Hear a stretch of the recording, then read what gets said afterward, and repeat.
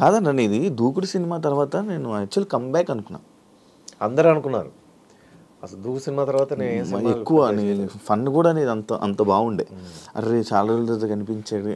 అంతెందుకు శ్రీను వైట్ల గారే ఇవ్వలే అంత పెద్ద హిట్ దూకుడు మూవీ. శ్రీను వైట్ల గారే మళ్ళీ పిలిచి ఇవ్వలే. తర్వాత 2 సినిమాలు 3 సినిమాలు చేశాడు. బట్ ఇప్పటికీ నేను నా మెసేజ్లో ఉంటుంది చూడు, సార్ ఈ సినిమా అన్నా ఇవ్వండి సార్, ఈ సినిమాలో ఉన్న అవకాశం ఏంటి సార్, ఈ సినిమా అన్ని ఏ సినిమాకి ఆ సినిమాకు నేను మెసేజ్లు పెడుతూ ఉంటా, ఆఫీస్కి వెళ్తూ ఉంటా.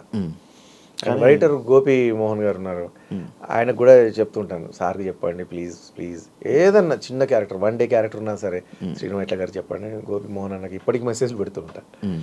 ఇప్పటికి నిన్న మొన్న కూడా పెట్టా, new year happy new year అని చెప్పి పెడితే, ఈ ఇయర్ నీకు అద్భుతంగా జరగాలని కోరుకుంటున్నాం బ్రదర్, చాలా సినిమాలు చేయాలా, నువ్వు ఇంకా మంచిగా బ్రహ్మాండంగా ఉండాలి, మంచి పొజిషన్లో ఉండాలి, అసలు నీలాంటి మంచి వ్యక్తి, నీలాంటి హెల్పింగ్ నేచర్, నీలాంటి టాలెంటెడ్ అని చెప్పి చెప్తా ఉంటే, ప్రతి సంవత్సరం ఆశతోనే బతుకుతున్నాను సార్ పెట్టి అంతే.